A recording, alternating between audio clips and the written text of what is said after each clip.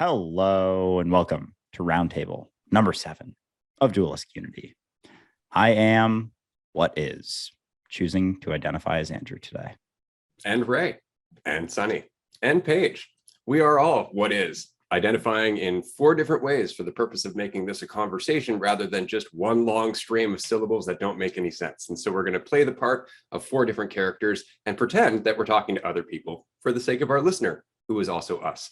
So thanks for being here. Today, I'm very excited to welcome back Sunny, who was our guest in episode 3 of season 3. If you haven't seen that episode yet, I highly encourage you to go back and check it out. Sunny is an amazing person. She's very authentic and vulnerable and very expressive in how she communicates her own insights. I cannot recommend her content enough. I'm going to stop talking about Sunny because, of course, I did that in the last episode for probably longer than I should have. And we're going to introduce our next guest, who has not been on Dualistic Unity as yet. Her name is Paige Randall. Paige specializes in crystals. She also does content related to sound baths or sound bathing, which is something that I've experienced in the past. So I'm looking forward to exploring that a little bit. And if you could tell us just a little bit about what brought you to make content, Paige, what led you to what you're currently offering, and of course, what you enjoy about it. Yeah, of course. Thank you for that. I like to keep things as simple as possible because I feel like as you get more specific, you get more wrapped up in your identity. So I always like to just say, the reason I started was to make myself feel more comfortable and make others feel more comfortable just by simply taking off the mask or admitting when I have the mask on so that everything can just flow easily. And I've always kind of done that within my relationships, even before the content. I could always just feel when the conversation was fake and unnecessary. So I just try to have this way about me that is very open, so that we can actually just be present, be open, and just flow. That's really what I'm about. So. And you are. That is exactly why I went out of my way to invite you to be our guest today, because watching your content, it's authentic. It is very much like Sunny's in that it's vulnerable. You're not trying to come across as somebody from on high, speaking down to others like these are the insights that you need to learn because I'm enlightened and I know better. Look at me with my sound bowls. You're not doing any of that. It really is just, I'm a human, you're a human, or at least that's what we call ourselves. And we're just going through the shit together. We're weighing things together because we're in this together. So we may as well act like that. And so I really appreciate your content for that reason. I appreciate the fact that you joined us here today. Thank you very much. I'm going to let Andrew cut in and then we're going to get back to Sunny because, of course, we haven't talked to Sunny in a couple of weeks now. I'm very curious as to what she's been up to, but I will pass it back to Andrew first. Yeah, no, I'm already very excited for this conversation. And yeah, Paige, with keeping things simple, that's been something that I've always kept near and dear for content related things. And it was something even before I got into content that even with my work stuff, like I saw a lot of gaps in, the work I started getting into in digital advertising. And a lot of people didn't care to keep it simple. They didn't care if someone fully understood what they were saying, as long as they felt like they were sounding smart. And that always rubbed me the wrong way. And so when I got into, all the stuff we talk about and are going to talk about here, and I talk about in my content, we talk about on the podcast, I always made sure to keep that in mind that like, if someone who's never come across any of this information can't wrap their head around it, like maybe I'm not understanding it as well as I could. And it's not to say that that's always the case. Sometimes people, those with ears to hear will hear, and sometimes they just don't have the ears to hear. But at the same time, there is a sort of responsibility I feel to do my best to bridge the gap. And it doesn't mean that every video is always like applicable to, a 5-year-old, but a lot of times I try and at least keep that in mind. So I've really enjoyed that about your content and Sunny's content as well. And it just really comes from, it's clear that it comes from within you and through you. And we talked a couple episodes about authenticity, just, experiencing things through yourself and then expressing it in the way that you understand it. And I think the recognition that us as, whatever we are, aren't so different, potentially not different at all. And so through that, if you can recognize it and understand it, express it, odds are at least a decent amount of other people will.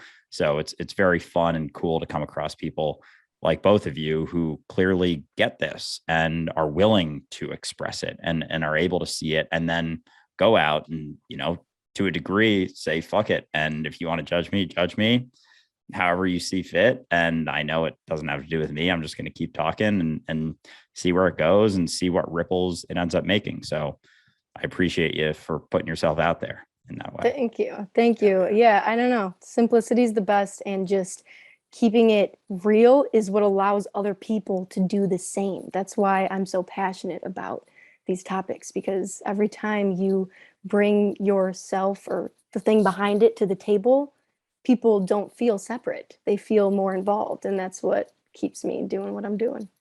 Absolutely. And I'm just going to say quickly that that's why I tune into your content. That's why I tune into Sunny's content, because often in spiritual circles, especially when you start getting into the more metaphysical stuff, you start hearing a lot of intellectualization. You hear a lot of complication, a lot of assumption and projection, and wanting it to be more complicated than it really needs to be. Whereas somebody who honestly gets it, somebody who's embodying it, just gives you a smile, says something like, hey, how's your day going? And the way it comes across changes you more than any amount of intellectualization ever will, than any amount of philosophy will ever do, because it's real. It's actually coming across as an empathetic connection. It's right there in front of you. It's not something you have to conceptualize or think about. You've already been impacted by it. And so that's why I like watching both of your content, because within 10 seconds of watching your video, I immediately feel better, because I'm looking at a human being. I'm listening to another person exactly like me, who's just trying to be the best version of themselves that they can for their own reasons. I can relate to that. I can empathize with that. Whereas somebody who's trying to, again, stand on a soapbox and proselytize to the world, I can't get behind that, because it's all about self-importance and self-aggrandizement. And it's coming from such an insecure place that whatever is coming out of that person is distorted. It's twisted immediately. So after saying all of that, I'd like to get back to Sunny, because we haven't talked to her in weeks, and I'm so excited to finally connect with her again, because a lot has happened in Sunny's life since the last time we spoke, and I've listened to a lot of her content recently. And what I really enjoy is that, more than trying to make the point about all the insights that she is absorbing and embodying, she's just out there doing it. And then she's expressing what it's like to be doing it, and how weird shit gets when you're in that state of mind where things don't really phase you. So without any further introductions of Sunny, hi, Sunny, welcome back. Hello, hello. It is so good to be back. Man, you're bringing it up right away.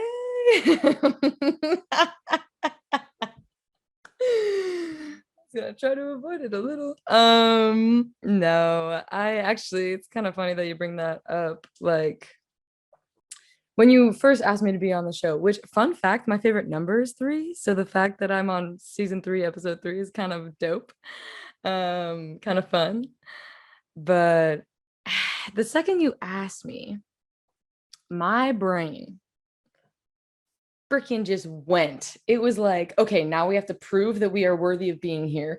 We have to prove that we are someone that's even allowed to talk about this, like all this stuff.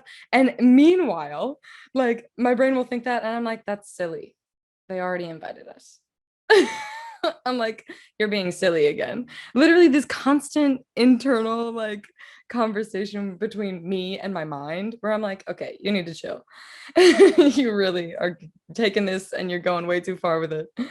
But I like, I don't know if you've noticed, I doubt you have, but I haven't really been posting. I haven't been really super active on TikTok a whole lot. And honestly, it really is in big part because I felt like I had gotten into this funk of trying to talk about it when that's not me. I am it. And when you're with me, you feel it and you can become it too. It's just like Paige was saying. You bring that energy. Like, I recently have sort of assimilated into this new friend group that have adopted me with open arms, which is great. But all of them individually have said, there's something about you, Sunny. And I'm like, yeah, it's you. You're safe here to be. And that is the way that I think that I'm meant to bring this into the world, and the way that I think that I'm meant to share this message, if that makes sense. I mean, don't get me wrong, a bitch loves to talk, so I'm probably gonna I'm probably gonna still gab about it sometimes. And when insights come and they flow freely, I'm gonna let them. But I felt like this force, this like, I felt like I was forcing it, I was like, oh, I have to make this content because people expect me to bleh. Like, no, I've always been adamantly against that. So I've just kind of been being about it and, really letting the insights sink in to myself as they come, and really just navigating the world, navigating the life events for Sunny's life that are going to happen, whether I like it or not. I really have just been trying to like maintain awareness through it all, which has become more and more easy the more I practice, which is so nice. And yeah, so I mean, Ray, I'm assuming you're talking about my crush. Yeah, you're talking about my crush. Dang. I'm a little red. Oh my gosh. This came out of nowhere. My friends, this came out of nowhere. I have been so happily alone, so peacefully in my solitude. And I've known this person for a while. Like, we've known each other for like 6+ months because we work together, which anyone that works with me that listens to this, stop listening for the next couple minutes. Come back in a minute. No, so anyway, yeah, we worked together, and I was like, oh my God, the way that I feel in this person's presence, unparalleled.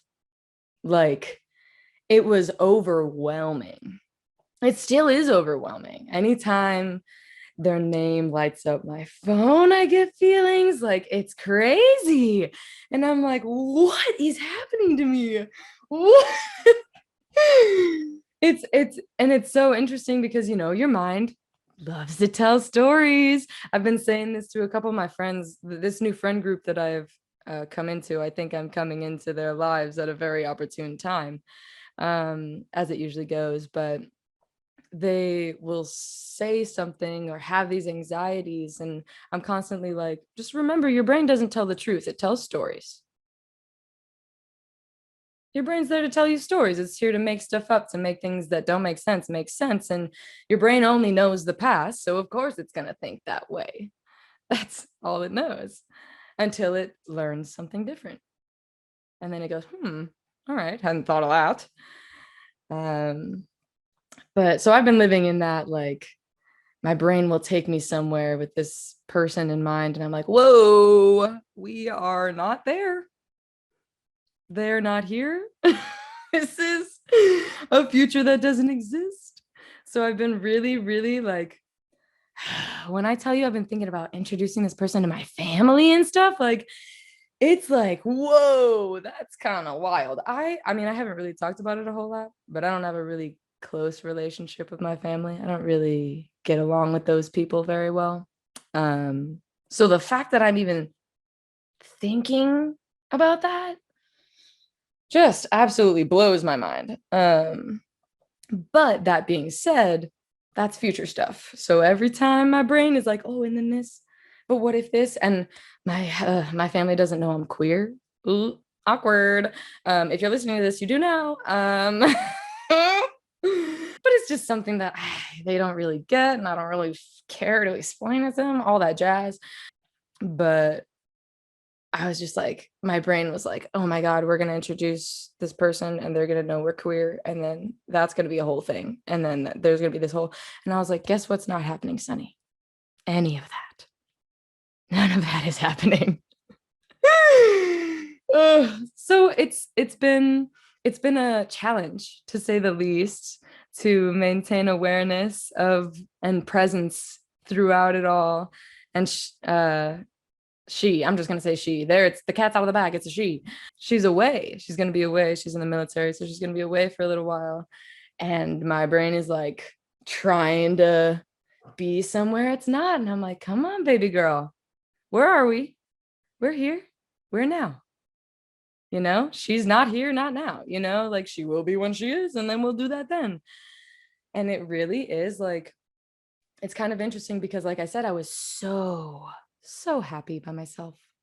So happy to be alone. My own best friend. Like, I love my solitude. I always will. And I think the universe was like, okay, I think you're ready to do what you've been doing in a situation that's triggering, or in a situation that makes you fall into old habits, or a situation that makes you a little less present. And I'm loving it. I'm loving it. We're going to tickle your historical need. And that's exactly what it is, right? It's like, you think you're good on your own. Here's a need you forgot about. Mm-hmm. What do you think of this? And all of a sudden your brain's just trying to process. So I'm really glad that we got into this. I'm going to pass this back to Andrew because I understand I'm rambling again, but I'm glad that we got into this because this is the point. This is exactly what people tend to avoid. They stick to the intellectual, they stick to the metaphysical or the spiritual stuff. But when you're in the shit, when you're watching your brain produce visuals and storylines and narratives that are totally believable, it's a very different experience to actually remind yourself, right, that's what it does. None of this is real. It's just designed to appear that way. It's actually made to be as real as possible so my brain can try and figure out what the fuck is going on. That's the work. So I'm really glad that we got into this, and now I'm going to stop talking and pass it back to Andrew. Yeah.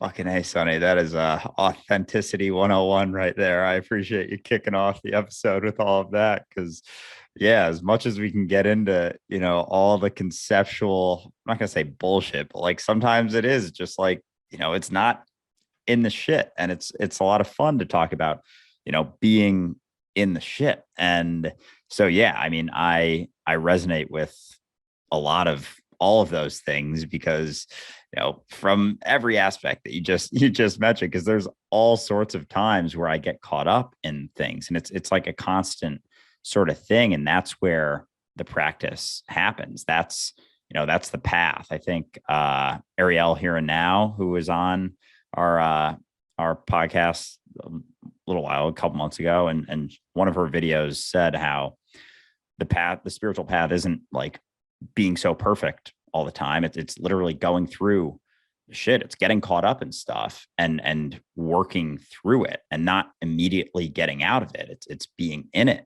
sometimes and being reminded of, you know, all of those old triggers and being given the opportunity to work on them. And it's funny you talking about like getting pulled back into old habits and whatnot, but as much as they are old habits, like you're not old you're new you. So it's like old you may have gotten very caught up in those habits for, you know, twice as long. And now it feels like, oh no, I'm back in the shit and I'm back in old me. And it's like, no, you're not. You made so much progress and you have so much more progress. And I've talked about this with Ray. Like I think about, you know, back before I ever posted content and how it was just like, I had my job and then I had my life outside of that. And I never had anything to do outside of work, didn't have homework or whatever. And now with content, it's like, you know, I have an infinite number of things that I could always be doing. And I sometimes think back to those times and I'm like, oh, I kind of miss those times. But at the same time, like I was not nearly as aware back then. I suffered way more, you know, anxiety, fear, worry about anything and everything going on. Now I don't. And then I have other things. So there's always things coming up. And we have this idea that like, we're going to get to this place where like, oh, nothing like, you know, bad or worrisome ever happens. And it's like, that's never going to be the case. So becoming comfortable and seeing that for what it is and being like, okay, I'm here. Let's remember where we're at. You know, this person I'm thinking about so much, they're not here right now. Okay. That's something we may have not realized that, you know, back a couple of years ago. We may have gotten really caught up and been just like constantly suffering through this situation that is completely made up and doesn't actually exist in reality.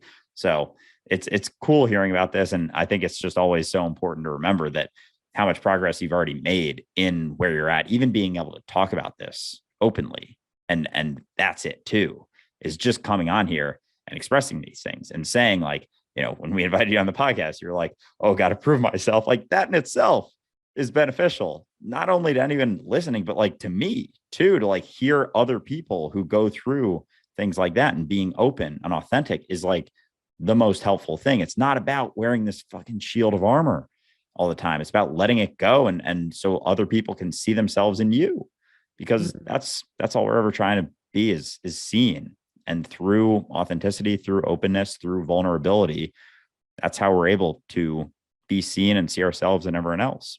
Yeah.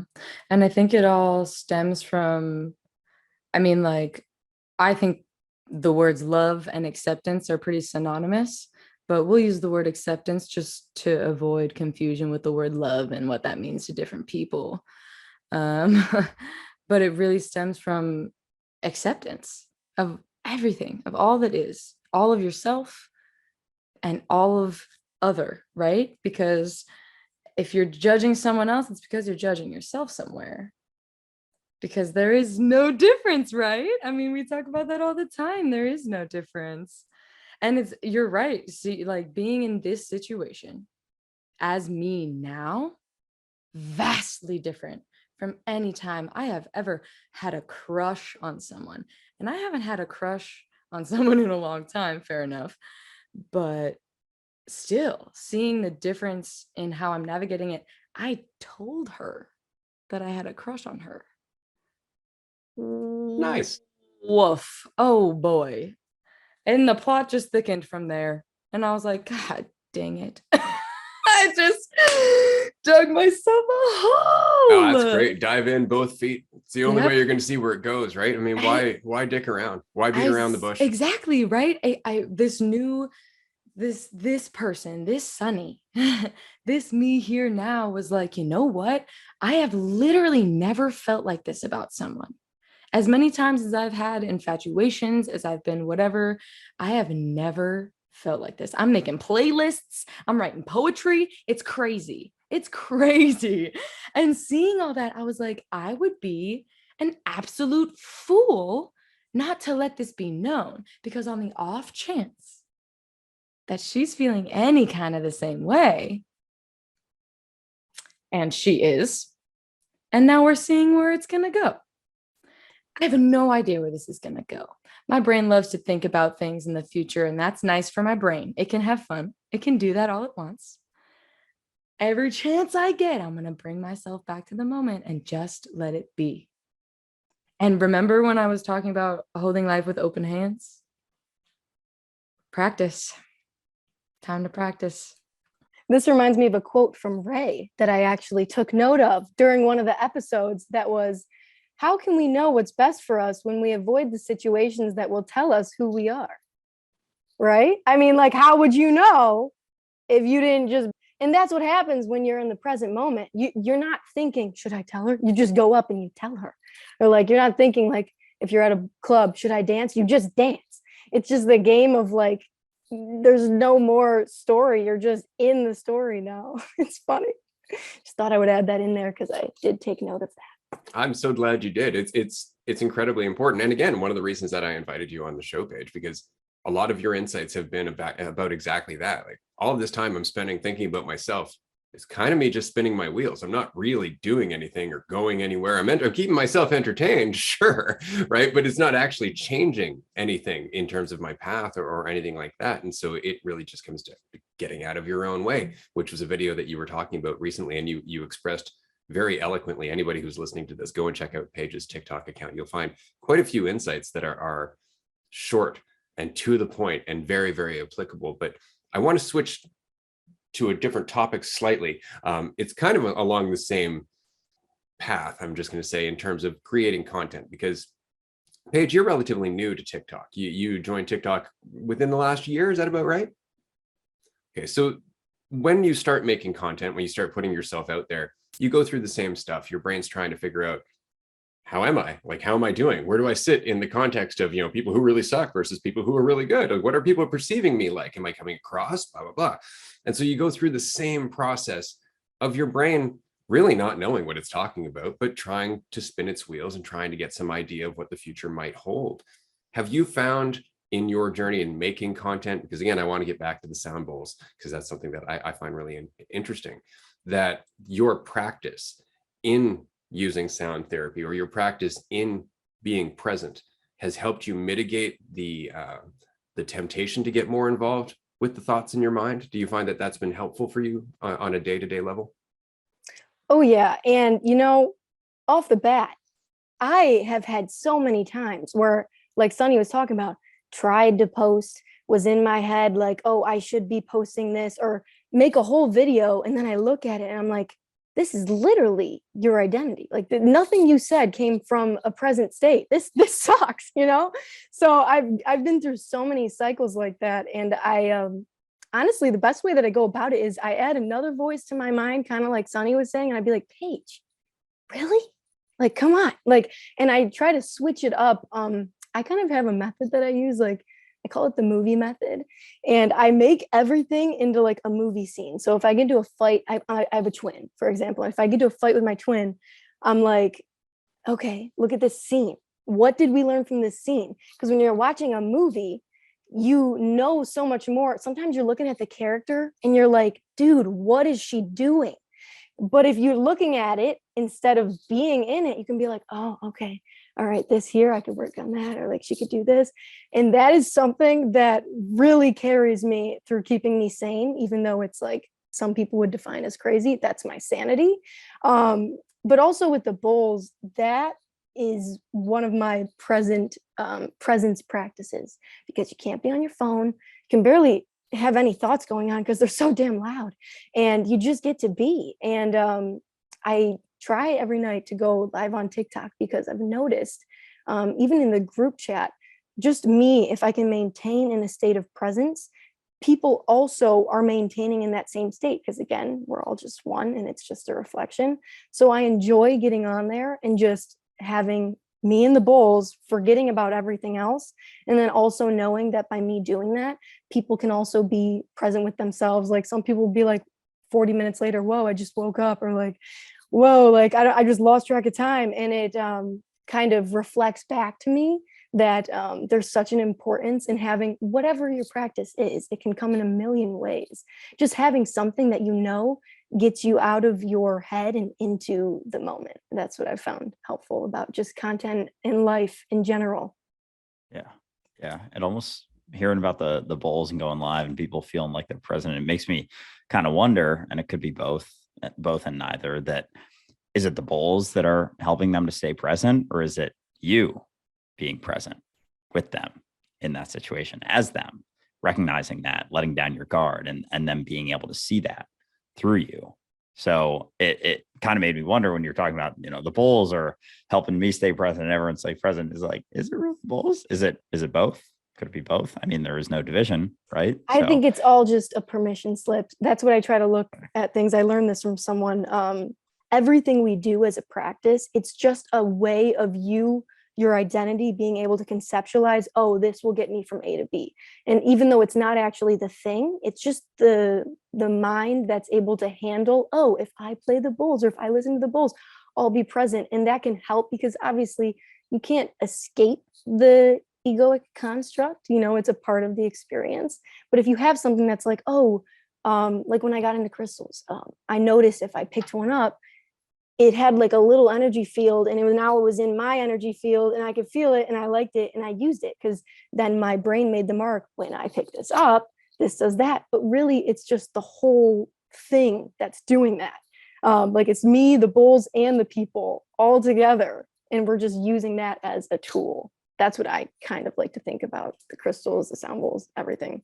Absolutely. I would totally agree with that, just from previous experience in terms of Tibetan singing bowls and sound therapy and things like that, that it really is your state of mind while you're doing it. And I have to wonder, because we're talking about vibration, we're talking about frequency, we're talking about all that, but that's constantly happening. Like our brain is constantly working electrically, and it's constantly forming a field of its own. And so we're always changing frequencies. So I have to wonder that if the bowls, the frequency of the bowls that you're using are being directly influenced by the frequency that you're embodying, because it is all one thing.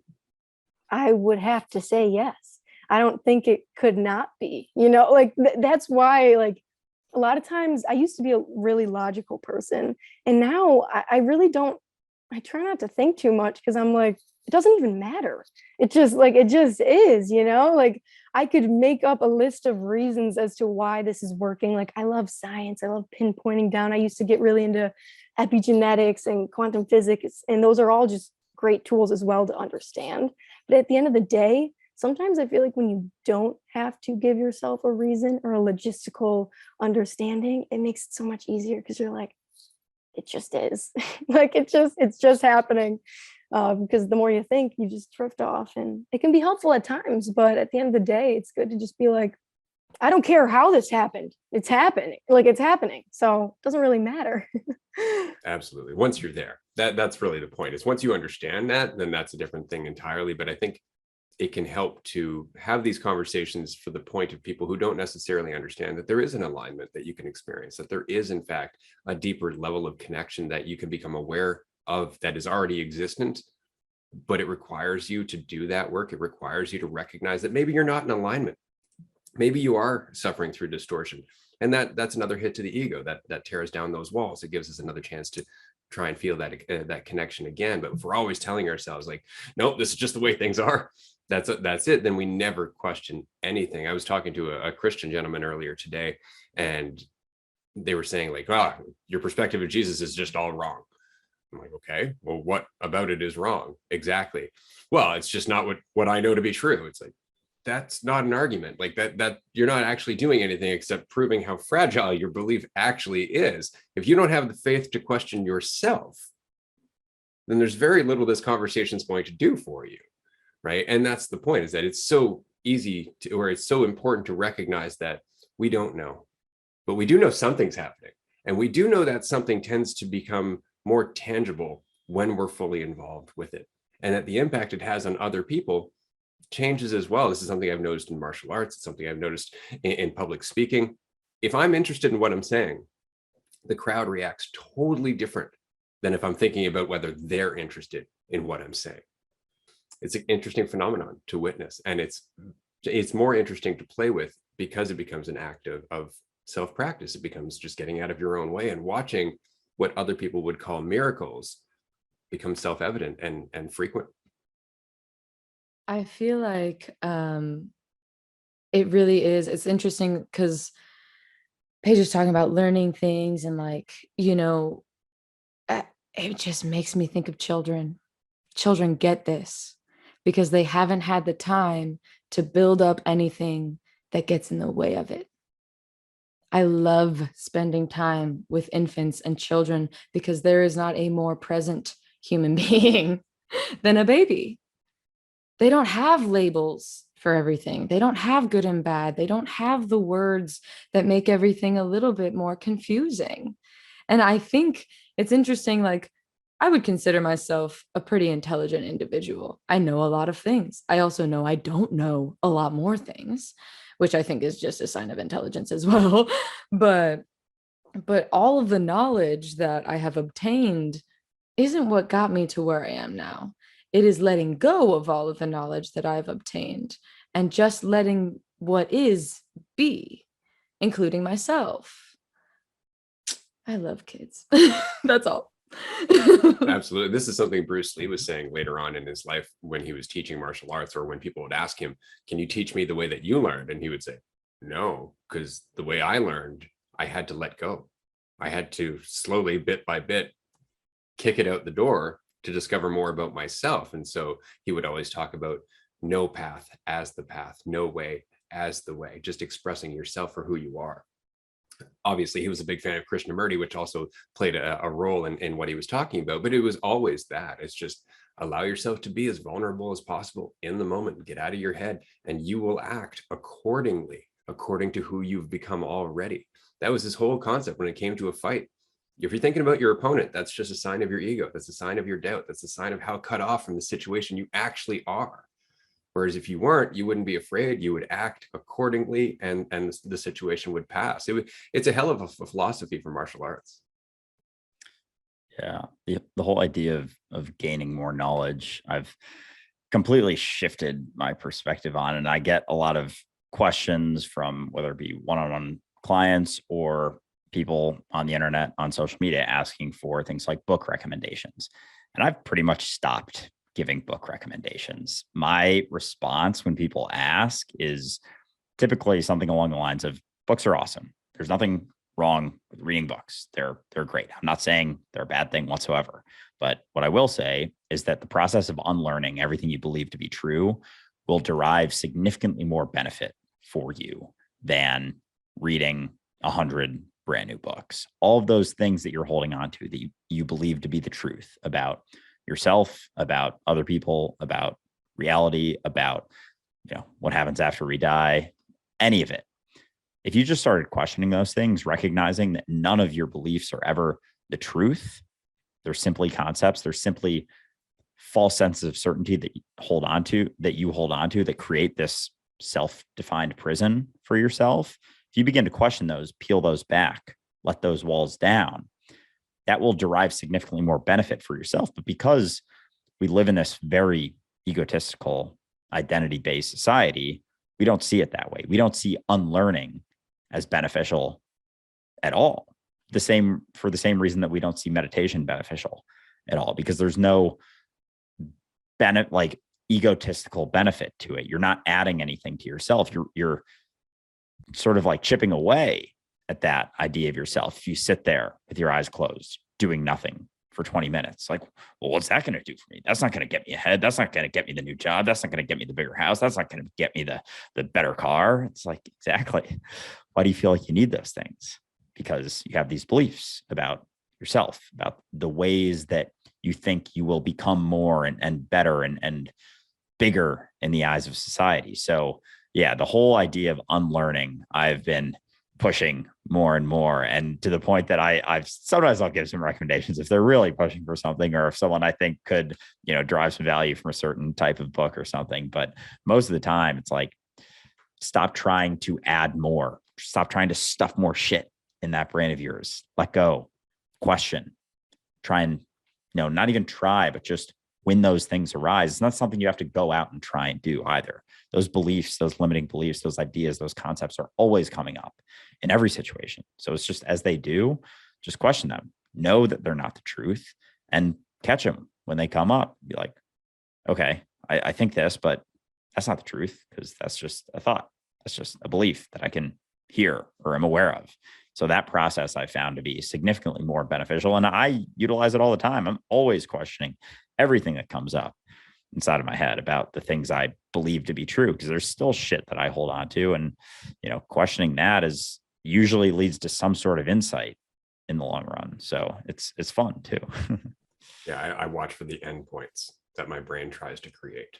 It's like, you don't have to question this anymore. We know what's happening. I'm immediately suspicious because my brain's totally full of shit. Like, it just wants to feel better. That's really all it's doing. And so every time my brain arrives on a concept, I go, haha, I'll use that for now. But at some point you're going down, because it really is a matter of not attaching to the concept, because the concept might be useful based on the information you have right now. But if you rely on it later, you're disregarding all the information that happened between then and now.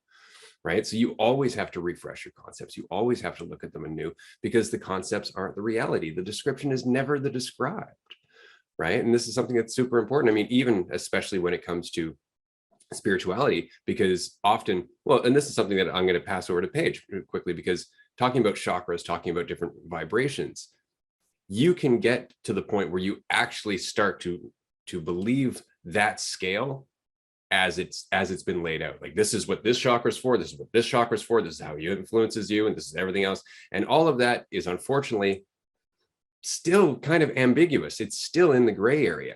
We don't know, because it was only ever meant to be signposts towards a place to focus and maybe pull some insight out of, right? But then it becomes structured, just like astrology, just like everything else. And it becomes an exercise in lacking awareness, rather than an exercise in refreshing awareness. So in terms of your in your modality and working with other people, Paige, do you find that you have to explain that to some degree, that this isn't a silver bullet? Like, there is more to learn here. It's not like you can just address your solar plexus and totally disregard the rest of your life, or totally disregard the insights that change you from day to day?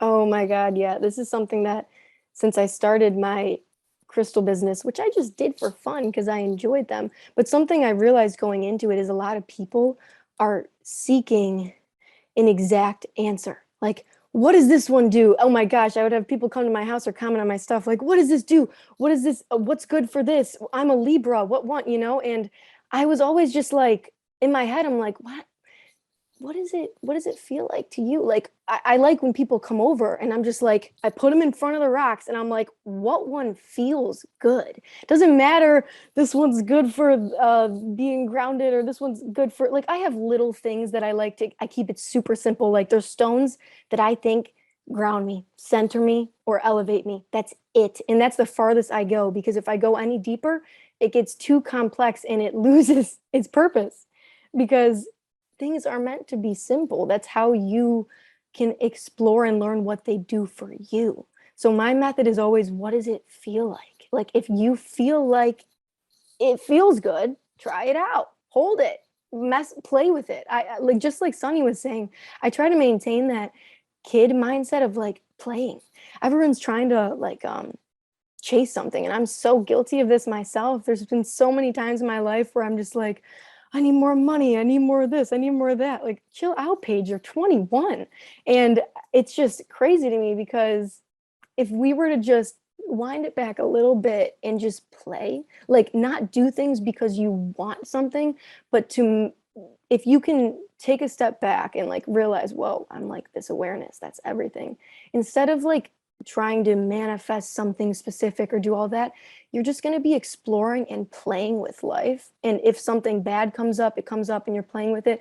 If something good comes up and you're able to wind up somewhere where maybe it is something you wanted, you're like, great. But either one is like equal in how much it gives you. And if you can stay in that like playful state like a kid would, you can have so much fun. Like, even if shit doesn't go the way you think, but the way you think is usually something that isn't really gonna help you. So yeah, I don't know. I try to keep it simple, always. Simple, simple, simple. I totally hear that also. I for a very brief moment was running a Reiki business, which lasted like a week. Cuz I was like, you know what, like, I feel very wrong asking for money to do this. And I can't invest all of my time in something that doesn't make me money in a capitalistic society in which I need to make money in order to live / survive. So that died pretty quickly. But something that you said that sort of like triggered a memory is just like, you, when you're doing spiritual stuff, right? When you're, like you said, people are looking for answers to their questions. And first of all, we don't have them. You do. Stop asking me, look in the mirror. But really, it's hard. And I find this also with creating content, it's hard to explain something that is inexplicable. You know what I mean? It's hard to, you all know what I mean, all of you nodding. I love that. It's hard to describe something that the mind can't comprehend. It's just something that you understand within, beyond the mind, because people latch onto every word that you're going to say. The second you say this is grounding, this is what this is. Couldn't be anything else, even if it's a very elevating vibe for them. And people are searching for the answer as if there is a universal answer. There isn't a universal anything. All of us are having these experiences that are colored by our experiences. And the only people that can really know what's going to be best for us is us, if we listen to what feels good. Like you said, I just started doing this because I like it. That's the only reason you should do anything. Because you enjoy it, because it brings you joy, the joy of being, right? And like, you get to this point where it's just like, I just want to be, you know, we can think about it, we can talk about it. And you know, I agree with you, Andrew, about like recommending books is a slippery slope. because you never know what people are going to latch onto. And all of a sudden they're so focused on reading the right books that'll get them the answers, that instead of actually, they're reading about it instead of being about it, right? They just latch onto this other thing that, and it's so funny that you said that, because I literally made a video that I was going to post to TikTok that was a book recommendation. So funny. But it isn't a book recommendation. I low-key bash it a little bit. Because who am I if not honest? Why we love you. Thanks. Good. And why I love to be here. But I feel like, because I've been reading The Power of Now right now, and I think it's going to be the last book in this genre that I read, because I don't need to read about it anymore. At this point, it's just further sort of like solidifying what I already know to be true. And it's just nice, to get someone else's perspective. It's kind of nice. And I was going to say that, like, for people that don't have this outlet, for people that don't have people that they can talk to, reading is kind of like talking to a buddy sometimes, And like, I think the important part about reading books like that is, don't just take it all as truth.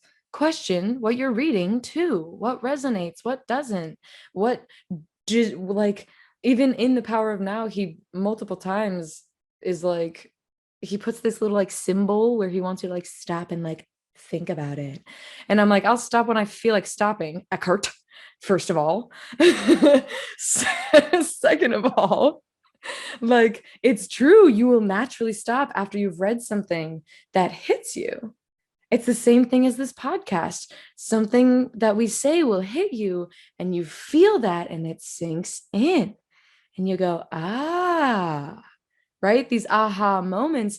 And the more aha moments you have, the more you become your own aha moment. You're having your own insights, and it makes sense without the book. But I feel like it's important to honor that step. It's important to honor that sometimes you need someone else's perspective because yours is muddy. Absolutely. I will admit that I've went through the same process. It's not that I don't enjoy books, because I do, but there was a clear point where I went from learning that the words I were reading were about me to understanding that the words I were reading were by me, that they were always by me, that it's every incarnation of me that's expressing the same goddamn thing, but it always comes through the personal distortion. That's the point. And when you're reading the book, you're like, where's that distortion? Because everybody's going to have it. Everybody has that identity that they cling to some degree. It's very rare you're ever going to have a book that is free of identity. Though I'll admit that Hawkins did try with subjectivity versus reality. The entire book is written to be just what is, and there's very little about his opinion or his perspectives in the book. And as a result, the book is amazing. It's really quite good, but it's very, very difficult to accomplish that in a book. So if you recognize that, you're just watching for the little bit of ego that's twisting the message, and otherwise recognizing the pure you that was behind that ego trying to communicate. And so you're always pulling more and more and more out of it, because it couldn't be more personal. Right. But it is really about keeping it simple. And I wanted to mention quickly, by far my favorite practice, I guess it is Zen. I love everything about Zen because there's nowhere to go with Zen. There's no conversation to have with Zen. If you want to talk to them about becoming enlightened, they're just going to look at you like something's growing out of your forehead. They'll have no idea what you're talking about, because to them, there is no enlightenment. That's a concept. That's a plaything. It's another way for you to feel better and measure yourself against everyone else. They're just going to look at you and go, oh yeah, and go for a walk, because they don't entertain the concept that we have anything to learn. We are learning.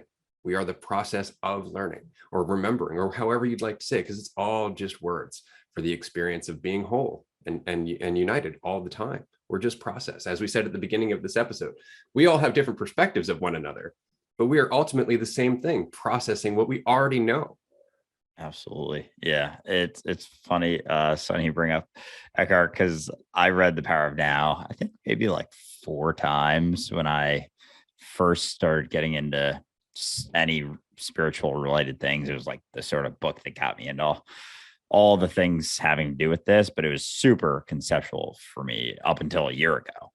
And I read that book like 5 years ago. I think I read it like 3 times, because the first time I didn't even have any idea what he was talking about. I was like, present moment. Like, what even is that? I've never experienced it. Like, I literally lived my entire life in the past and the future. And so I couldn't even wrap my head around it the first maybe 2 times that I read it. And then it started to, it's like, okay, yeah, the present moment is the only thing I've ever experienced, but there was still a ton of division between myself and reality. And the other thing you brought up I wanted to get back to was the ineffable, how it's such a difficult thing to explain in words because words are always dualistic. Language is always dualistic. It's borderline impossible. And it's funny that we all, create content and talk about this stuff, and how often there's like 2 types of responses that I'll get. There's the side that they're like, well, I guess there's a bunch of different types. There's not just 2 categories. There's the side that's like, I don't understand what you're saying. This is confusing. There's a side that's like, oh, this is great. Thanks for this. And then there's a side that's like,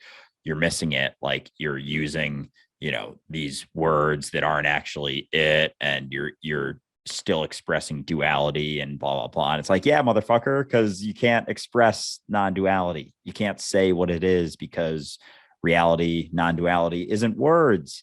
So you can't ever say it. So, I'm doing my best out here. But yeah, if you want to have an actual conversation, that's why I really enjoy that dualistic unity is a thing that exists, because we can talk about this stuff in longer form. Whereas, you can't always get it. If you have a, cute, quick little video on Instagram or TikTok, it's like, it's not going to be to the extent. And if it is to the extent, there's going to be, I think, very few people who resonate with it, because it is so deep. It can be so deep at times that I enjoy building bridges at different levels for different people. And that's something that I think I've even just recently kind of realized that I was getting away from. I was almost pushing too far to be like, careful of this, careful of that, careful of this, careful of that. And I was with some people close to me recently talking about, some of this stuff and just like dealing with social anxiety and different things. And I had to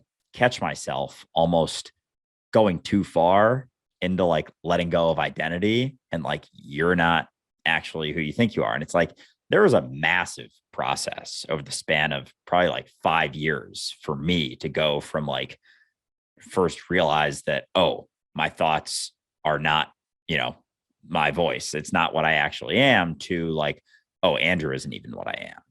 And there was a long period of time in between that, and a lot of steps I went through and stuff I got caught up with, but they were all sort of part of the process. It doesn't mean that they were entirely necessary every single step, but it's oftentimes difficult to go from completely unaware of, any of this stuff to fully aware in like the snap of the finger in one conversation in the span of even a couple of weeks. It's not to say that it doesn't happen. It happens here and there. But for most people, I think I'm just realizing that literally like within the last couple of days, that like there are times in conversation where I can be a little bit, I don't want to say like, almost like a little bit purposefully caught up in an illusion to a degree to get a message across that's not like fully crystal clear, but also can be a step. It's like, building a bridge on like this level instead of this level immediately, so that they can like, work their way up, if that makes sense.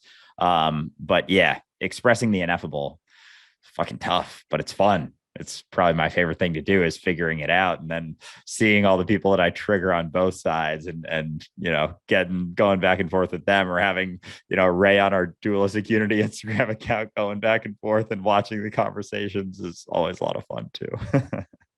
No, it's interesting, because I just want to share a Zen story quickly, because there really is this realization you come to where if somebody's not in a state of mind to get it, they're not going to. That's as simple as it gets. They're just not going to until that state of mind changes. In Wing Chun, when I was learning Kung Fu, there's a great story that was shared with me that a student went to his master and said, how long will it take me to become a master? And the master said 10 years. And then the student's like, what if I work twice as hard, work twice as long? 20 years. And it was because you're not in the state of mind to pull the most out of it. You're rushing. You're trying to get to an end point. You're trying to get to this end result. You haven't achieved any state of clarity. And that's the point, right? And this is what Zen is always trying to focus on. One of my favorite Zen stories is of this advanced student who had gone to numerous different masters trying to understand enlightenment, trying to get out of his own way and not understanding that each and every time he was just adding to how much he thought he understood, adding to his own ego. And so he finally goes to this renowned master, and the master's just sitting on his step quietly, writing something down. And he's like, I've studied for over a decade. I get all of the scrolls. I understand all the writings. I just can't find peace. I cannot understand what the point of this is. The master doesn't say a word, just slowly turns around and writes on a piece of paper, attention. The student looks at it. The hell is that supposed to mean? I don't get anything out of that. No, I'm supposed to just take that in? Like, that's not teaching me anything. The master writes again, attention. And the guy storms away and gets upset. But that was the point. That's all he needed. Had he just sat there and dwelled upon attention and allowed himself to process everything that meant, he would have found numerous insights for the rest of his life. It had nothing to do with finding that next tool, nothing to do with finding that next scroll or that next teacher. It had to do with settling in and taking responsibility. And responsibility is something people don't like taking ever for anything. I was talking to my friend and she was talking about this situation that she was in with these people. Romantic, of course. We're girls after all. That's not okay. Before everyone comes at me, it's not a girl thing. Everyone does it. I don't even consider myself a girl most days. So but she was talking about it and all this stuff, and she like ended this story, and I was like, all right, so do you know at what point in time they weren't doing it to you and you were doing it to yourself?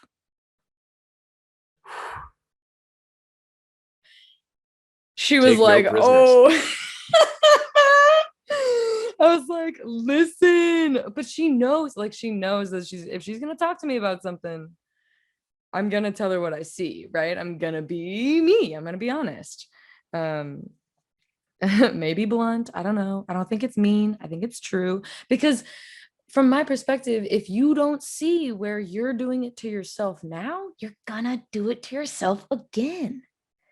If you don't assume that responsibility and go, oh, I put myself here, then you're gonna keep putting yourself there until you go, oh, I'm putting myself here. Only I can get me out of this. If you don't like a situation, you can either change it, you can leave it, or you can accept it. Everything else is bullshit. Everything else is bullshit.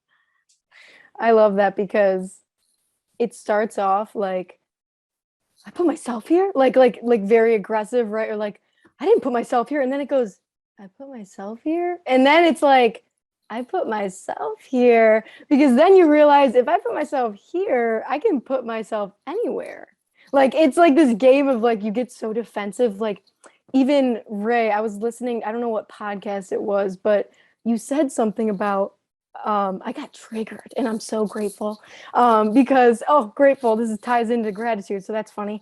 You said, if you're going to acknowledge the identity, you have to acknowledge all aspects of it, includes gratitude, joy, whatever, because those are all still perceived through the construct of the ego. And when I heard that, I was like, gratitude? Are you kidding me? Like something that like I talk about a lot or whatever. And then I was like, gratitude. And then I realized the only reason I got triggered by that was because I defined what you said as something that is like bad, like that you were saying that's bad, that it's a part of the construct or the identity. And then I realized it doesn't matter. It's just all a part of something. When we label something as good or bad, that's when shit gets hard. Like it's always there. Like things can just be. And that's why I'm honestly grateful when I get triggered, because I always learn something else if you can, again, like claim that responsibility and like ask yourself, why did I? If you actually want to learn something from it. That's why I can't even get mad anymore when I get mad, because I'm like, there's something here. And if everything were just all love and light, you wouldn't learn shit. Like I heard the other day about like the yin yang symbol. The light is pushing into the dark. I don't know why I never thought of that. I've looked at it so many times. I thought it was still. No, the light is pushing into the dark, and then the dark pushes you into the light. And it's just, that's the cycle. It never ends. That's how you learn. If you just stay in the light, you're just gonna stay. But if you like get to a point where you get pushed again, and then darkness, it's like the rubber band effect. It flings you back into the light, and so on, so on. Yeah, and the light always exists within the darkness as well as opposed to the darkness, and vice versa. They always exist in balance all the time. And it's such an interesting symbol for that reason, because sometimes it does feel like it's out of balance. Like right now, when we look at the world, we can see egotism running rampant. We can see division and all the consequence that it causes.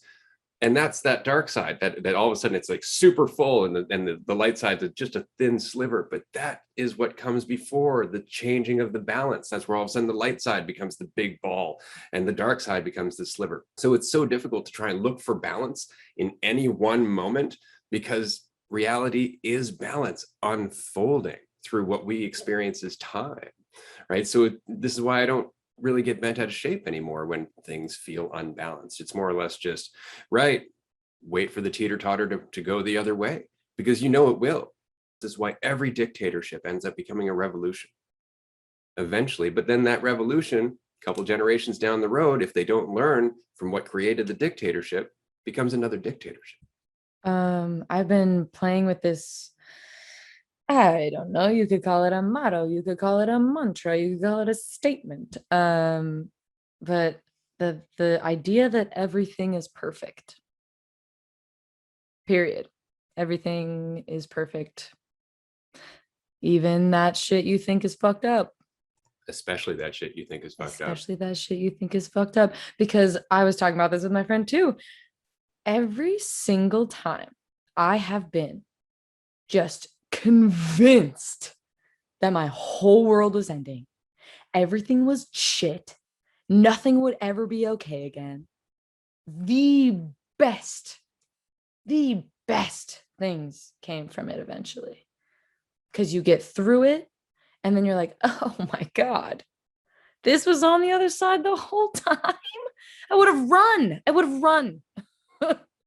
if I had known. It's like I got fired from a job, which that was bogus, but whatever.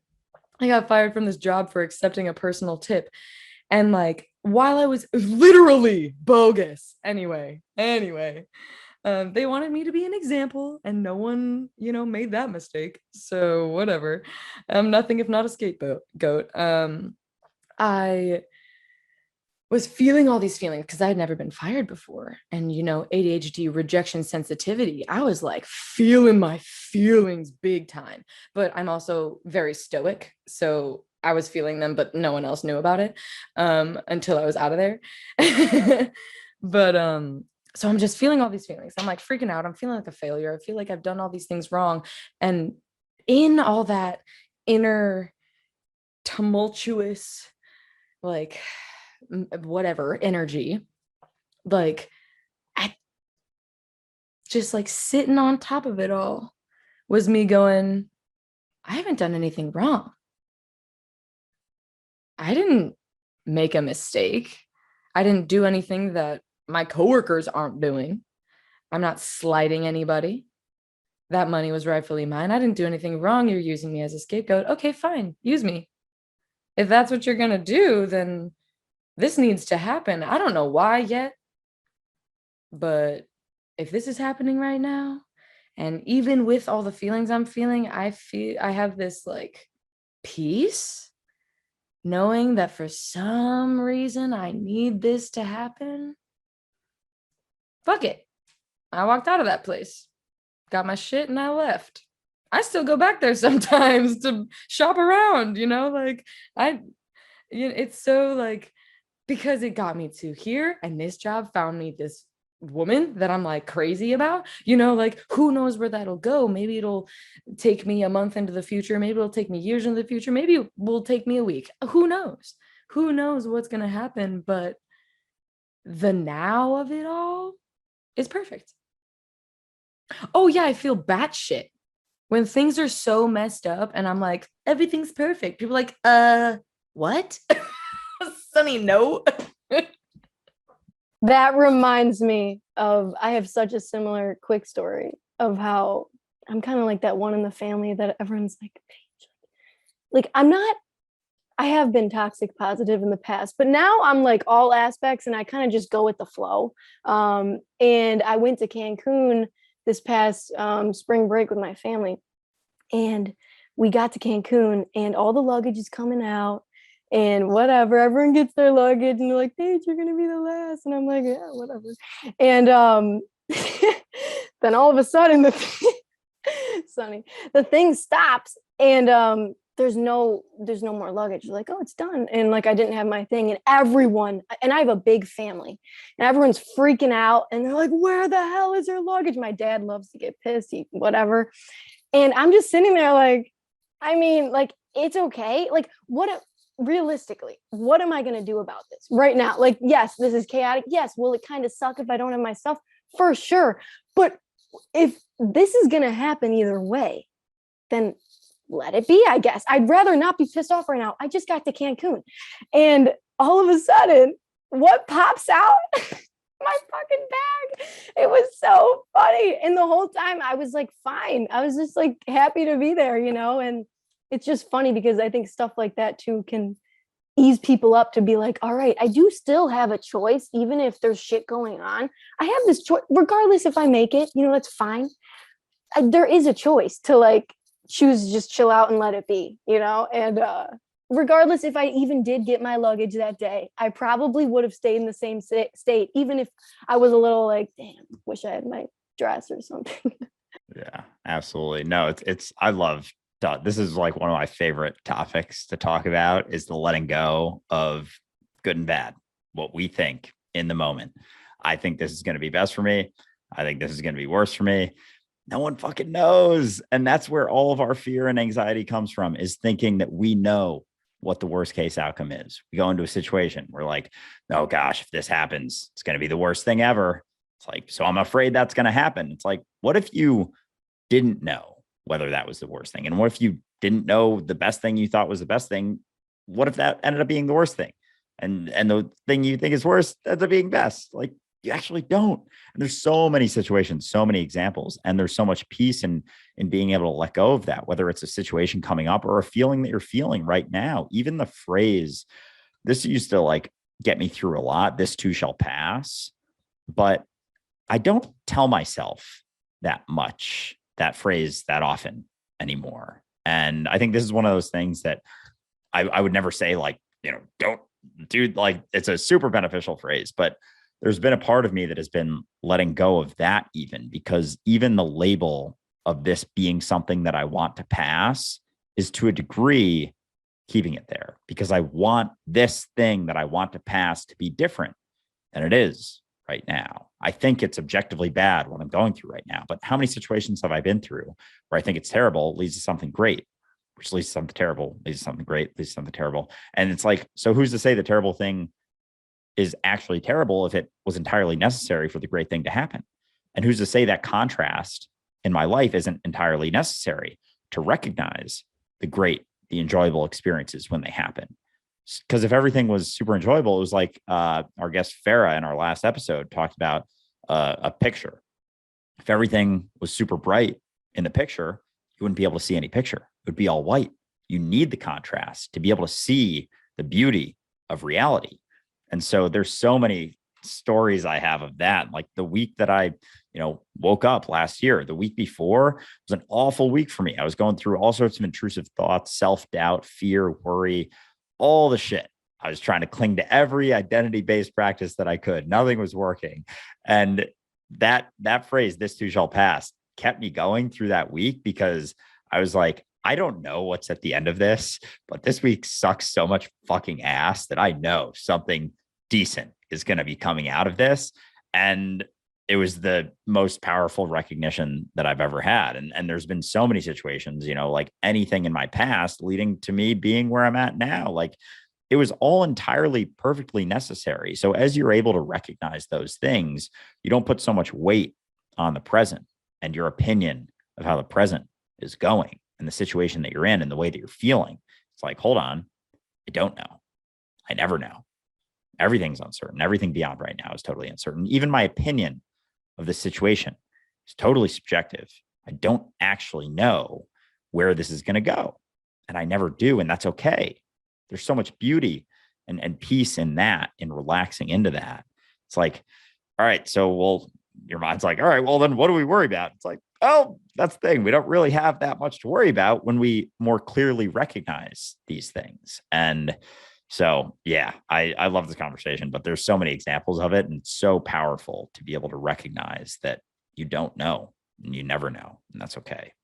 I like something that you brought up there, and it goes back to what Sunny was saying earlier in regards to reading and getting to that point where you're like, yeah, I think I'm good now. It's the same with this too shall pass, or something I said to you, Andrew, early on in the series was, there will come a point where you will actually have to let go of letting go, because that becomes a concept too.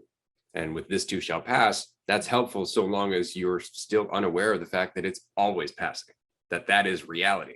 That's the only thing that could happen. Nothing is sedentary. Nothing is immovable. Everything is eventually going to be temporary.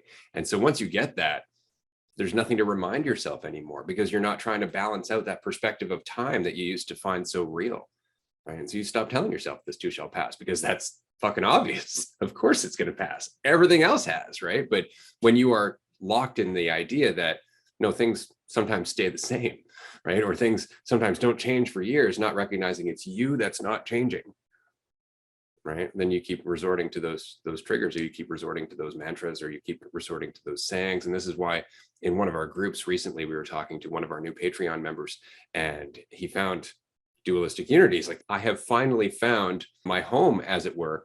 And my immediate response was, if you meet the Buddha in the road, kill it. Like, we are not going to make you happy. Nothing about this group or this conversation or any of this is ever going to be the thing that's going to make you feel better. It's always going to be you and what you do with it. But if you lean on us, then we will immediately start to not live up to your expectations. You will eventually start to resent us.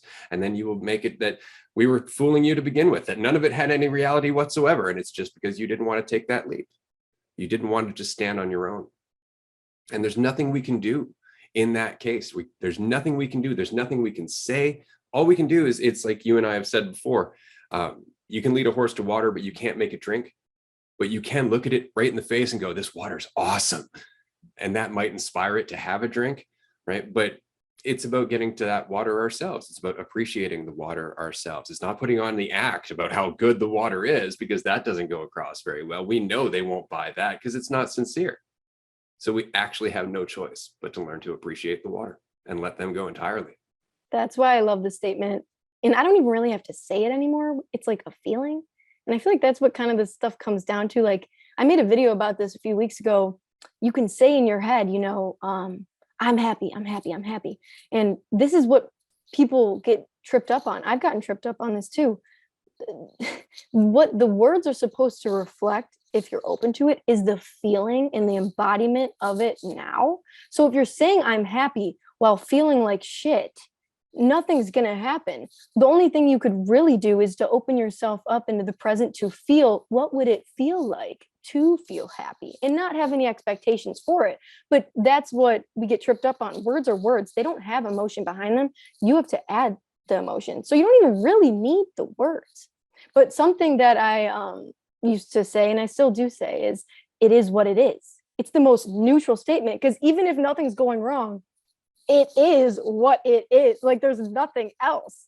So every time, like, if I'm stressing about school or work or whatever it is, I'm like, it just is. It's what it is. That's it. There's no like keep going behind it, or like this sucks. It's just right here. That's it. What do you get? Come on.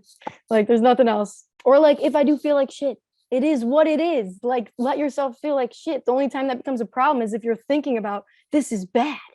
Like, there's been days, like, I used to avoid that at all costs. If I like wasn't happy, smiley Paige, I was like, don't look at me or whatever. And then like I got to this point where I'm like, honestly, it feels good to have some days once in a while where I just feel like shit and I just go through it. Because then I also heard, which I always hear things when I need to, as we always do, your greatest insights come on your lowest days. Like, name a time. The girl was like, name a time that you've had this amazing insight in this high vibrational state. Yes, you have a lot going on in those states, But the biggest ones always come when you're at the fucking bottom. Always. There's never like, and my mind exploded. It was like, stop Yeah. that. They're the most meaningful for sure. A friend of mine once said to me once, and it made me kind of sit back and think about it, that I'm not happy unless I'm terrified, because then I'm learning. And it really made me think, it's like, that makes a lot of sense, actually, because you're paying attention. You're at your most uncomfortable. So of course you're trying to take in as much as you can to try and process it. So it makes total and utter sense, but we avoid those feelings, and thus we avoid all the lessons that lie beyond them. I find one of the most useful tools with being unhappy, when I have a client who's like, I feel depressed. How do I stop that? Like, just feel depressed. What can you do while you're depressed? What can you do about it? Aside from bitch about it, right? Is there something you can do while you're depressed? Just sink into it. Immediately it turns the depression into something else, because you're not trying to escape it. You're not judging it. You're not putting it into a concept. Thus, you're not entering into the box yourself. You're doing something with it, which changes it into something else. It's always so funny, but we get caught in those superficial concepts of good and bad. This is what I like. This is what I don't like. This is why my default response when I am having a quote unquote bad day and somebody asks, how are you doing? My response is, I'm doing. Everything else is an irrelevant opinion. Yeah. And I feel like, I don't know, I feel like if you're going to value happiness so much, you should probably value despair just as much, because you can't have one without the other. They're the same coin, two different sides, baby love. It's like we put so much value on success and happiness and love and connection and all these things. And don't get me wrong, those things are great. No one's bashing on those things. But I love the sadness. I love sitting in it because it is so human. It is such a human experience to be devastated. It is a human experience to feel grief and guilt and shame and these things. And it's also human to let them go, like it's kind of beautiful, because if you don't feel the fullness of that emotion, you can't feel the fullness of its opposite, because you're rejecting part of it, right? It's just like the thing that we've talked about it today already, the things that we don't accept about ourselves. Like, my name is literally Sunny. If I'm not in a good mood, do you even understand the number of, you're not very sunny today? I'm like, bitch, I'm about to be a solar storm. I'm about to blow up and kill all of you. Like, don't. Like, I am a fiery gaseous ball in the sky. Like, what do you mean? What does that mean to be sunny? If you let other people be, you can let yourself be. And if you can't do one, you can't do the other. That's so Amen. true. I want to mention quickly that, so we're all at the other end of this egotistical journey, as it were. At least now we have a rhyme and a reason. There's something happening. There is actually a path other than just, oh shit, that feels terrible. Oh, that feels kind of nice. Like, there is more than just that to life. And it's so interesting because we get that, but I'm a parent. My daughter is 15. And I've been talking to my daughter about identity and not taking it super seriously since she was like 2. Like, it's always been a part of her conversation, but there was a point where I eased off and let her get immersed in her ego, because that's how we learn from all that.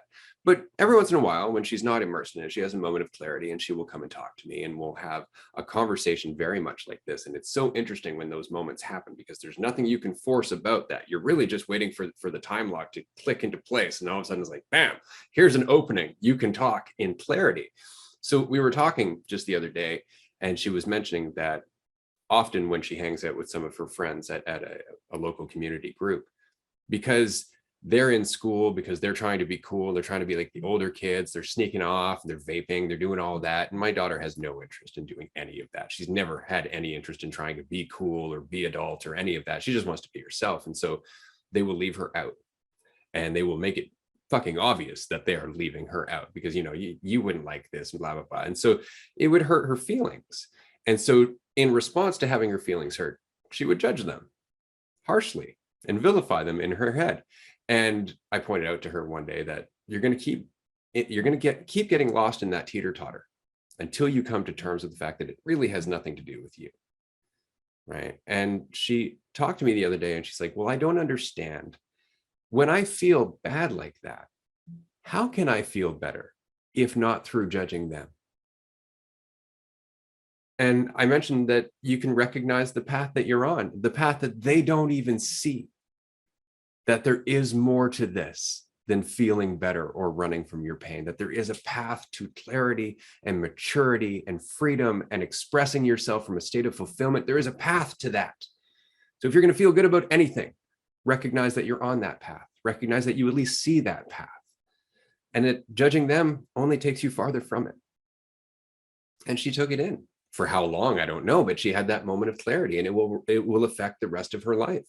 But it was so shocking to me to have that expressed so very clearly. I feel hurt. How do I make that go away? So early in her life.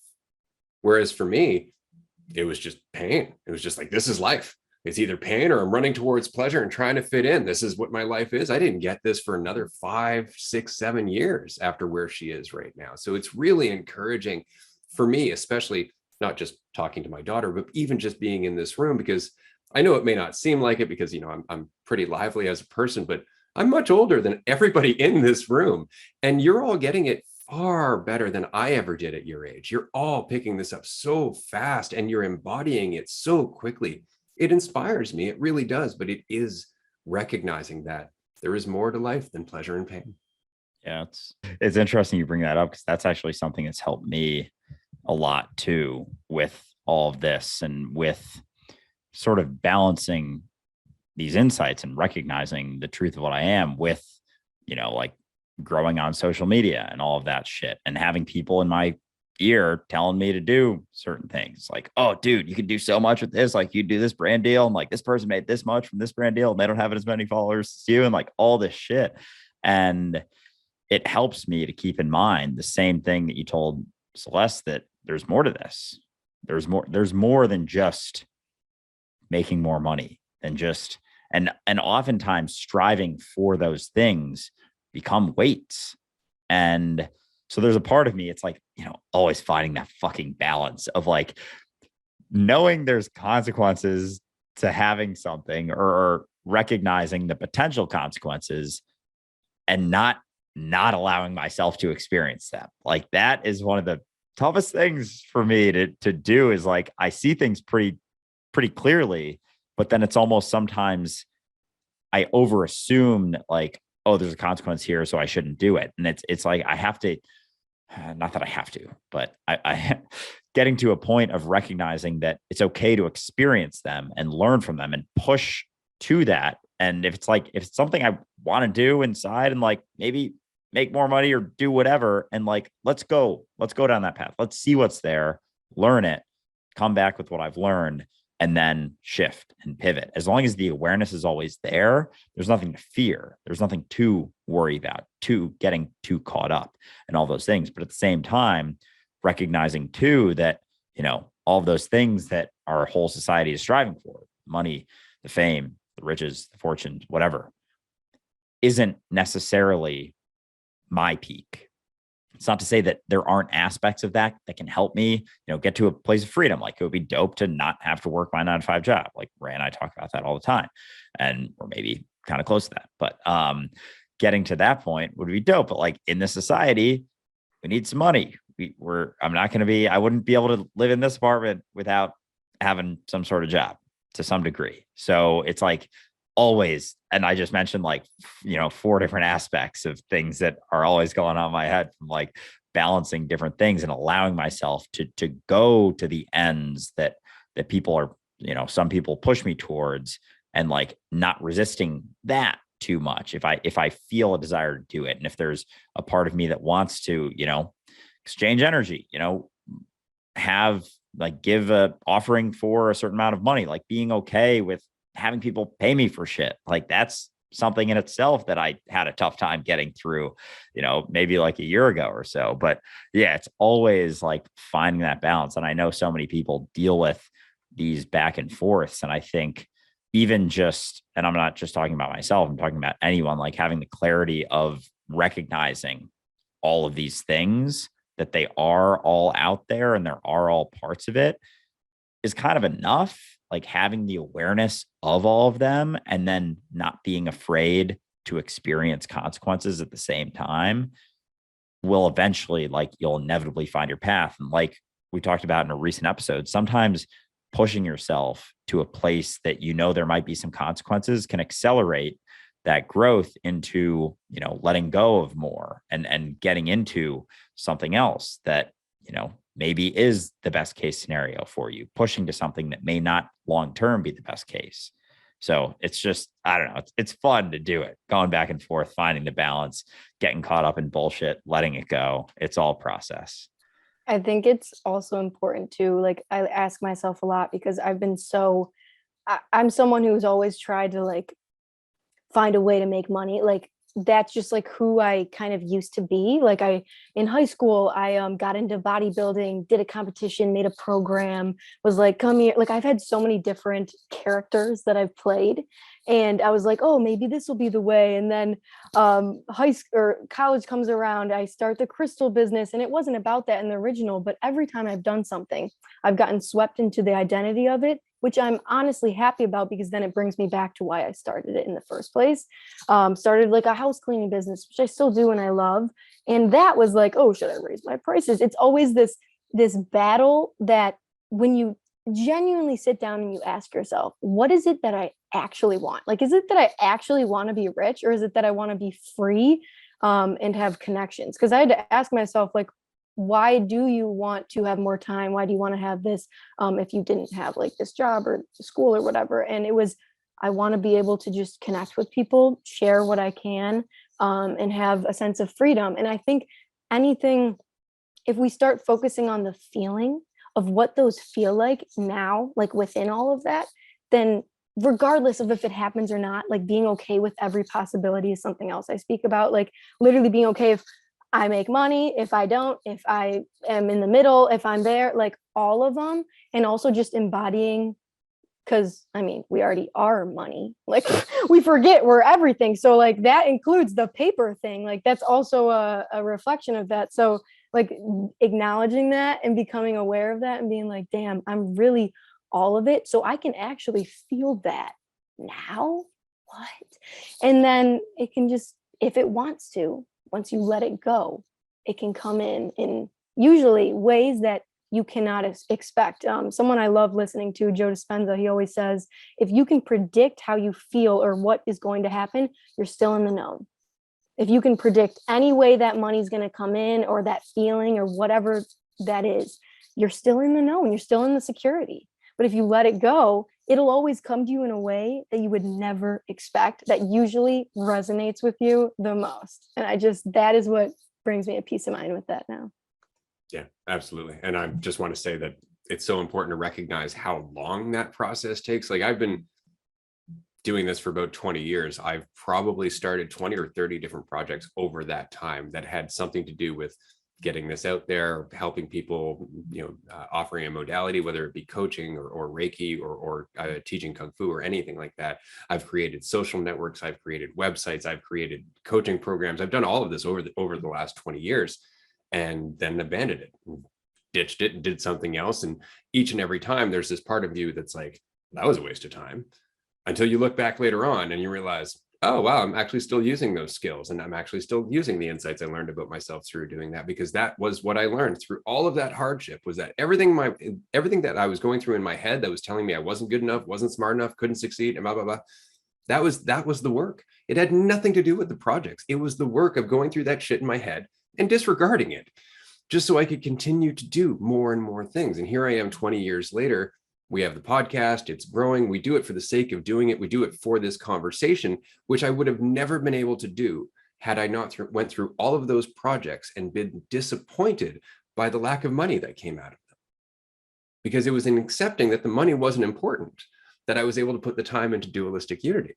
And it was accepting that I love this conversation. It's the whole point to doing it that inspires me to spend the extra time editing the videos, making the website, doing the graphics, stuff like that, because I love it. But all of those skills came from all of the quote unquote failures of my past. So it just continues to grow over time. We have no idea where we are going, but we do know that each step can increase the quality of the next step if we just learn from it. Yeah, no time is wasted. There's no such thing as a waste of time because you will learn something, or you will,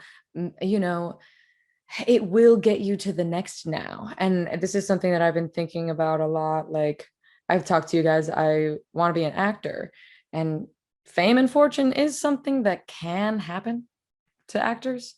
And I have this sinking feeling it's going to happen to me because I don't want it to. I want to be able to leave my house. But I'm obviously not at a point that I would like to be at in my career, because I'm not acting for a living exclusively, which is the goal, just because who doesn't want to do stuff that they love for a living? Come on. It's like literally everyone's goal. But anytime I get on this, like, I should be further, I should be booking these roles, like, why am I not where I want to be yet? I remember to appreciate where I am now, because I'll never be here again. Appreciate this point in the journey, because I'm not going to get it back. Because once I'm at a different point, whether that means I choose a different career path or I go down this one and it becomes this thing that I'm so scared of. Because no matter what happens, I'm not gonna get to be here. I'm not gonna get to be working in this place, in this house. I'm moving soon. Appreciating every moment in this place, even though I'm very excited to move. I'm very happy for this change, as Ray has said, and it rings over and over in my mind. Change is cumulative. So I don't know where this change is going to take me, but I know that it's going to take me somewhere that's not here. And when I get there, I'll know. And you'll still be you, And I'll being the still here be and now. me. Exactly. And it's all going to be okay.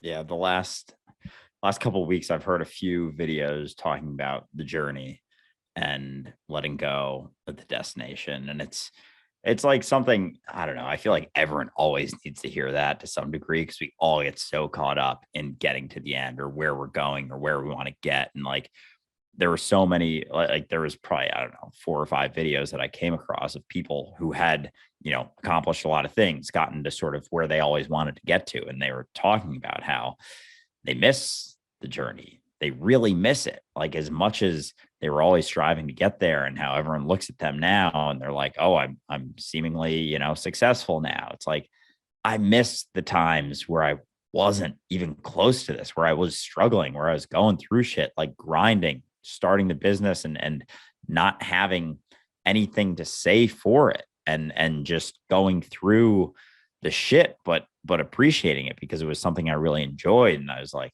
fuck, it's just like always such a good reminder. Not that you have to hear it every single day, but like, every couple of months, just getting reminded, because we all get so caught up in that, myself very much included, of like, what are the next few months going to look like? What's the next year going to look like? Where is this all going to end up? And I've gotten significantly better about letting go of goals and needing to get to a certain place and just being in the place that I'm at. Cause like, for example, with growing Dualistic Unity, like there's nothing that I would be doing differently if I had this goal of, say, we had this goal of growing to X number of listeners or followers or anything. Like, there's nothing different than we would be doing. Like, we would still be doing all the things we're doing, no differently.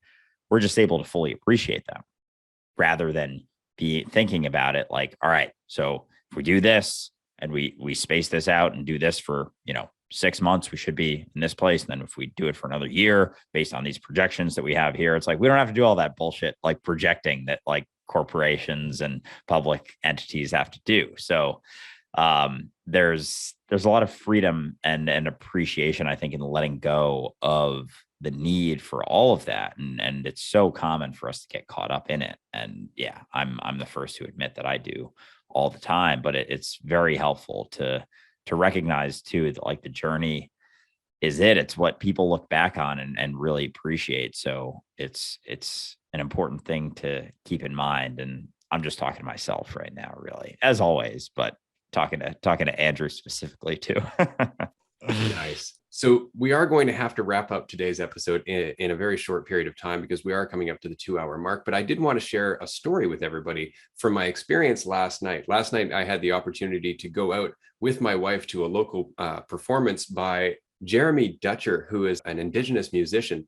And what he's done is he's gone back into the archives, into the library, and into the museum, and he's tried to pull out the old songs from his people that have been forgotten over the last 100 years. And so he actually went and found some wax cylinders of recordings of people from his tribe 100 years ago singing songs that have now been forgotten. And so what he's done is he's taken those songs and he's mixed it with other instruments to try and revitalize that music and bring it back to his tribe and back to the people in today's age, which I thought was fantastic. But there was one point where he was describing, he was looking for a love song. Out of all these archives, he found a song about chiefs, he found a song about death, he found all kinds of stuff, but he was looking for a love song. And unfortunately, wax cylinders break very, very easily over time if they're used more often. And so the only love song he found was broken. And so he couldn't hear it. But there was a university professor who majored in music, and it was actually able to take that cylinder and translate it to notation. And so he had the music, and in order to complement the song, he had the crowd split into two and hum different tones on one side of the room or the other. And so the entirety of the song resonated with everyone in the room, including inside our own bodies, because we're humming along. You could feel the presence in the room. You could feel the appreciation for what was happening. You could feel everybody with you because we were all the same vibration. It was a beautiful experience. And it immediately made me think of Paige because of the sound bath, because of the bowls that she uses, and because of the impact that that has on us. It really does allow us to tune into the fact that we are vibration. That's what we are. We just get so caught up in the idea of being sedentary and solid that we forget we are energetic vibration in flow all the time. And so if I can leave our listener with any recommendation, it would be to attend Paige's live show. Definitely get involved, listen to the vibration, lose yourself in it. If you can, pick yourself up a bowl. Maybe Paige can recommend you one. But this is something that's so easy to get into, and there is no purpose to it. If there is, you're missing the point. Just vibrate and recognize that that's all you're ever doing. Don't get attached to how that vibration changes and how it expresses itself or how it unfolds, because that's not the important part. The important part is that you feel it. So I'm going to wrap up my segment here for this episode. I just want to say very quickly to Sunny and Paige, I wish we could chat longer. I wish these could go for hours and hours and hours, but I know they can't. But I do look forward to having you back on the show in the very near future. I do want to invite you both to the retreat that's coming up in November 12th to 20th on Vancouver Island. We have an 8-day retreat. It's going to be amazing. It's literally going to be the conversation I wish we could just keep happening right now, but it's just going to keep going on. And we're going to be in person. So if you can make it, I'd love to see you. If you can't, don't worry. We'll find you eventually. It's absolutely meant to be an in-person conversation, and it will be one day. I'm going to pass it back to Andrew before we wrap up. Yeah, no, I love that story too, because it's so much about the application and the recognition that you are the application. As much as it's the song is one with everyone is the song as well. And that's all it ever comes down to. But yeah, Sunny and Paige, thank you so much for joining us on this. And I appreciate everything you do, everything you post about, talk about, going through the journey nowhere, the journey into uncertainty and back out and back in again. And this is an incredible conversation. I'm very much looking forward to our next one. And thank you so much for taking the time to join us today. Thank you. I can't thank you guys enough for just creating this platform to do so. So that's all I can say, because it is what it is. Yeah, I mean, if you're here, I'm here, right? Nowhere else I'd rather be. Likewise. Well, this has been a beautiful experience. as always, lots of love all around. Thank you for joining us, listener. We really appreciate it. Of course, we are going to have more episodes as we go through season 3. Do tune into the next roundtable, which will be coming up in October, and we'll feature the hosts of the Wildflowers podcast. So we're very excited to have Sophie and Daisy join us here on the show. They've been a longtime supporter of the podcast here on Dualistic Unity, and it's going to be a fun conversation. Absolutely. We will see Paige again in season 4. We will see Sunny again. I absolutely guarantee it. And aside from that, thanks for joining us. We'll see you again next week. Everyone.